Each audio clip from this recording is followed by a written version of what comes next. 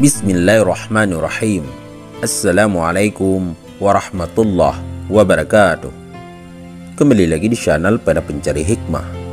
Kali ini kita akan bahas Umar bin Khattab.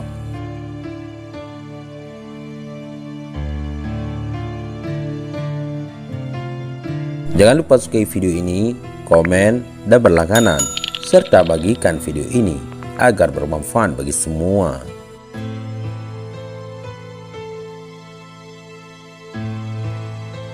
Ya Allah, jadikanlah Islam ini kuat dengan masuknya salah satu dari kedua orang ini, Amr bin Hisham atau Umar bin Khattab. Salah satu dari doa Rasulullah pada saat Islam masih dalam tahap awal penyebaran dan masih lemah. Doa tersebut segera dikabulkan oleh Allah. Allah memilih Umar bin Khattab sebagai salah satu pilar kekuatan Islam, sedangkan Amr bin Hisham meninggal sebagai Abu Jahal. Umar bin Khattab dilahirkan 12 tahun setelah kelahiran Rasulullah. Ayahnya bernama Khattab dan ibunya bernama Khatamah. Perawakannya tinggi besar dan tegap dengan otot-otot yang menonjol dari kaki dan tangannya, jenggot yang lebat dan berwajah tampan, serta warna kulitnya coklat kemerah-merahan. Beliau dibesarkan di dalam lingkungan Bani Adi, salah satu kaum dari suku Quraisy. Beliau merupakan khalifah kedua di dalam Islam setelah Abu Bakar. Nasabnya adalah Umar bin Khattab bin Nufail bin Abdul Uzza bin Riyah bin Abdullah bin Qad bin Razah bin Adi bin Qa'am bin Lu'ay bin Ghalib.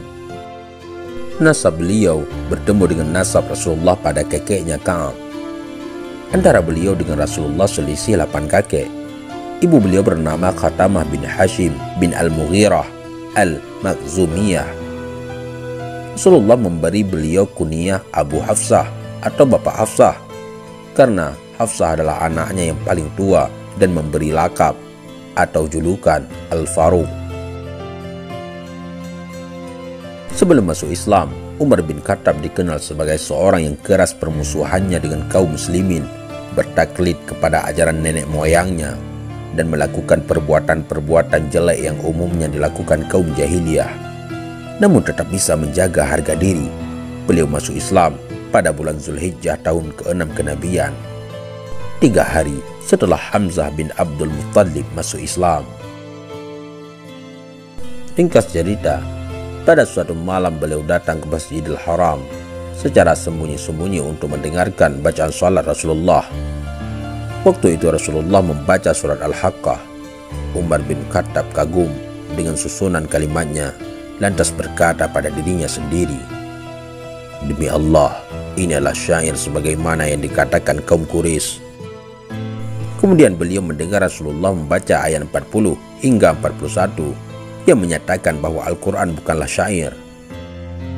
Lantas beliau berkata, "Kalau begitu berarti ia dukun." Kemudian beliau mendengar bacaan Rasulullah ayat 42 yang menyatakan bahwa Al-Quran bukan perkataan dukun. Akhirnya beliau berkata, "Telah terbeti Islam di dalam hatiku." Akan tetapi, karena kuatnya adat jahiliyah, fanatik buta, pengagungan terhadap agama nenek moyang, maka beliau tetap memusuhi Islam. Kemudian, pada suatu hari, beliau keluar dengan menghunus pedangnya bermaksud membunuh Rasulullah. Dalam perjalanan, beliau bertemu dengan Nu'aim bin Abdullah Al-Adawi, seorang lelaki dari Bani Zuhrah. Lelaki itu berkata kepada Umar bin Khattab, "Mau kemana wahai Umar?" Umar bin Khattab menjawab, "Aku ingin membunuh Muhammad." Lelaki itu berkata, "Bagaimana kamu akan aman dari Bani Hashim dan Bani Zuhrah kalau kamu membunuh Muhammad?" Maka Umar menjawab, "Tidaklah aku melihatmu melainkan kamu telah meninggalkan agama nenek moyangmu." Tetapi lelaki tersebut menimpali, "Maukah aku tunjukkan yang lebih mencengangkanmu wahai Umar? Sesungguhnya adik perempuanmu dan iparmu telah meninggalkan agama yang kamu yakini." Kemudian ia bergegas mendatangi adiknya yang sedang belajar Al-Quran, surat Thaha, kepada Khabab bin Al-Arad. Tatkala mendengar Umar bin Khattab datang, maka Khabab bersembunyi. Umar bin Khattab masuk rumahnya dan menanyakan suara yang didengarnya. Kemudian adik perempuan Umar bin Khattab dan suaminya berkata, "Kami tidak sedang membicarakan apa-apa." Umar bin Khattab menimpali, "Sepertinya kalian telah keluar dari agama nenek moyang kalian." Iparnya menjawab, "Wahai Umar, apa pendapatmu jika kebenaran itu bukan berada pada agamamu?" Mendengar ungkapan tersebut, Umar bin Khattab memukulnya hingga terluka dan berdarah, karena tetap saja saudaranya itu mempertahankan agama Islam yang dianutnya. Umar bin Khattab berputus asa dan menyesal melihat darah mengalir pada iparnya. Umar bin Khattab berkata, "Berikan kitab yang ada pada kalian kepadaku. Aku ingin membacanya." Maka adik perempuan berkata, "Kamu itu kotor, tidak boleh menyentuh kitab itu kecuali orang yang bersuci. Mandilah terlebih dahulu." Lantas Umar bin Khattab mandi dan mengambil kitab yang ada pada adik perempuannya. Ketika ia membaca surat Thaha, ia memuji dan memuliakan isinya. Kemudian minta ditunjukkan keberadaan Rasulullah. Tatkala Khabbab mendengar perkataan Umar bin Khattab, ia muncul dari persembunyiannya dan berkata, "Aku akan beri kabar gembira kepadamu, wahai Umar. Aku berharap engkau adalah orang yang didoakan Rasulullah pada malam Kamis. Ya Allah, muliakanlah Islam dengan Umar bin Khattab atau Amr bin Hisham." Waktu itu Rasulullah berada di sebuah rumah di daerah Safa. Umar bin Khattab mengambil pedangnya dan menuju rumah tersebut, kemudian mengetuk pintunya. Ketika ada salah seorang melihat Umar bin Khattab datang dengan pedang terhunus dari celah pintu rumahnya, dikabarkannya kepada Rasulullah. Lantas mereka berkumpul. Hamzah bin Abdul Muttalib bertanya, "Ada apa kalian?" Mereka menjawab, "Umar datang." Hamzah bin Abdul Muttalib berkata, "Bukalah pintunya. Kalau ia menginginkan kebaikan, maka kita akan menerimanya. Tetapi kalau menginginkan kejelekan, maka kita akan membunuhnya dengan pedangnya." Kemudian Rasulullah menemui Umar bin Khattab dan berkata kepadanya, "Ya Allah, ini adalah Umar bin Khattab. Ya Allah, muliakanlah Islam dengan Umar bin Khattab." Seketika itu pula Umar bin Khattab bersyahadat, dan orang-orang yang berada di rumah tersebut bertakbir dengan keras. Menurut pengakuannya, ia adalah orang yang ke-40 masuk Islam.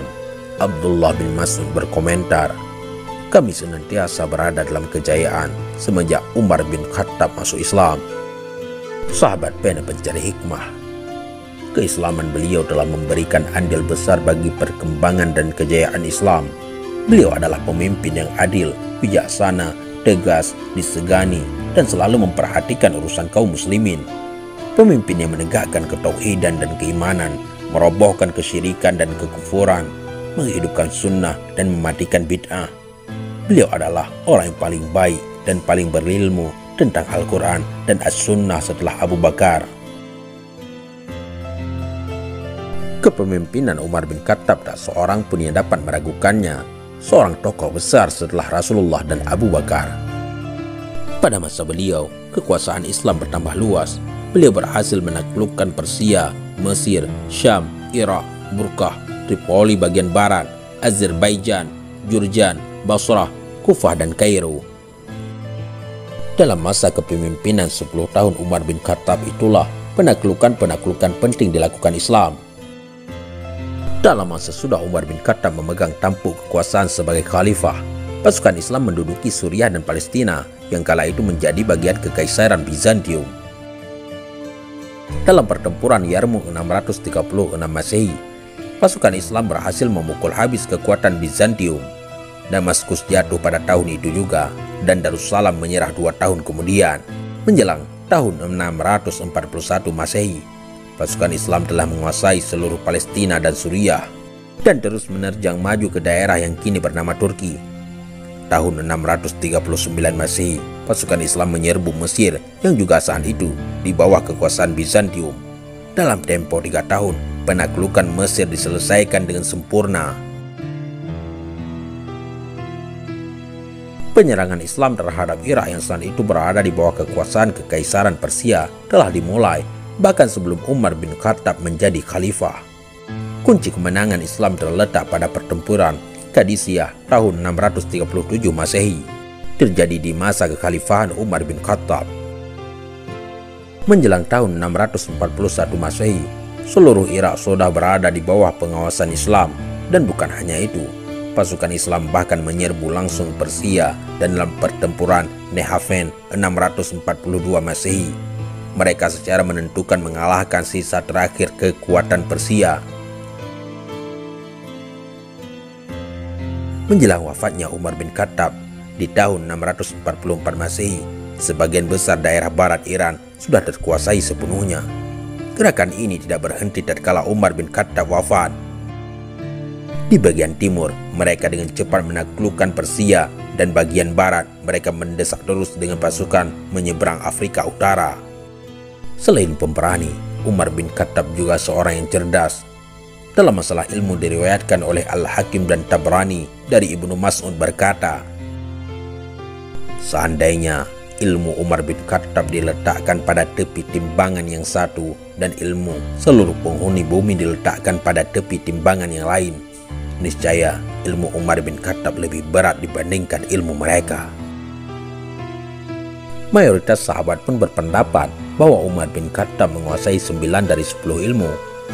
Dengan kecerdasannya beliau menelurkan konsep-konsep baru seperti menghimpun Al-Quran dalam bentuk mashaf, menetapkan tahun Hijriah sebagai kalender umat Islam, membentuk kas negara atau Baitul Mal, menyatukan orang-orang yang melakukan sholat sunat tarawih dengan satu imam, menciptakan lembaga peradilan, membentuk lembaga perkantoran, membangun balai pengobatan, membangun tempat penginapan, memanfaatkan kapal laut untuk perdagangan, menetapkan hukum cambuk bagi peminum khamar atau minuman keras sebanyak 80 kali cambuk, mencetak mata uang dirham, audit bagi para pejabat serta pegawai, dan juga konsep yang lainnya.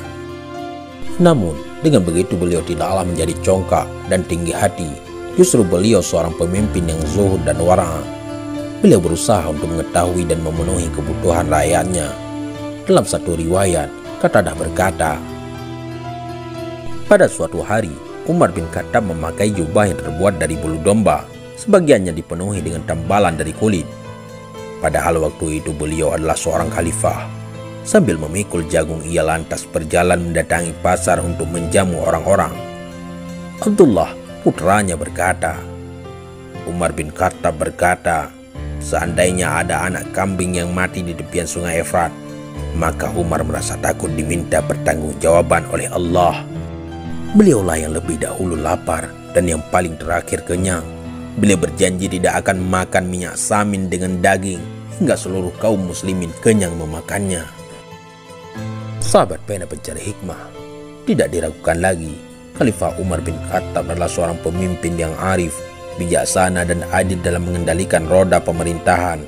Bahkan ia rela keluarganya hidup dalam serba kekurangan demi menjaga kepercayaan masyarakat kepadanya tentang pengelolaan kekayaan negara. Bahkan Umar bin Khattab sering terlambat salat Jumat hanya menunggu bajunya kering karena ia hanya mempunyai 2 baju. Kebijaksanaan dan keadilan Umar bin Khattab ini dilandasi kekhawatirannya terhadap rasa tanggung jawabnya kepada Allah, sehingga jauh-jauh hari Umar bin Khattab sudah mempersiapkan penggantinya jika kelak ia wafat. Sebelum wafat, Umar berwasiat agar urusan khilafah dan pimpinan pemerintahan dimusyawarahkan oleh 6 orang yang telah mendapat ridha Allah dan Rasulullah. Mereka adalah Utsman bin Affan, Ali bin Abi Thalib, Talhah bin Ubaidillah, Zubair bin Awam, Sa'ad bin Abi Waqqas, dan Abdurrahman bin Auf. Umar menolak menetapkan salah seorang dari mereka dengan berkata, aku tidak mau bertanggung jawab selagi hidup sesudah mati. Kalau Allah menghendaki kebaikan bagi kalian, maka Allah akan melahirkannya atas kebaikan mereka, sebagaimana telah ditimbulkan kebaikan bagi kamu oleh nabimu. Pada hari Rabu bulan Zulhijjah tahun 23 Hijriah, Umar bin Khattab wafat. Beliau ditikam ketika sedang melakukan sholat subuh oleh seorang majusi yang bernama Abu Lu'lu'ah Al-Fairuz dari Persia. Budak milik Al-Mughirah bin Syu'bah diduga ia mendapat perintah dari kalangan Majusi. Umar bin Khattab dimakamkan di samping Rasulullah dan Abu Bakar. Beliau wafat dalam usia 63 tahun. Wallahu a'lam bissawab. Mudah-mudahan ini semua bermanfaat. Assalamualaikum warahmatullahi wabarakatuh.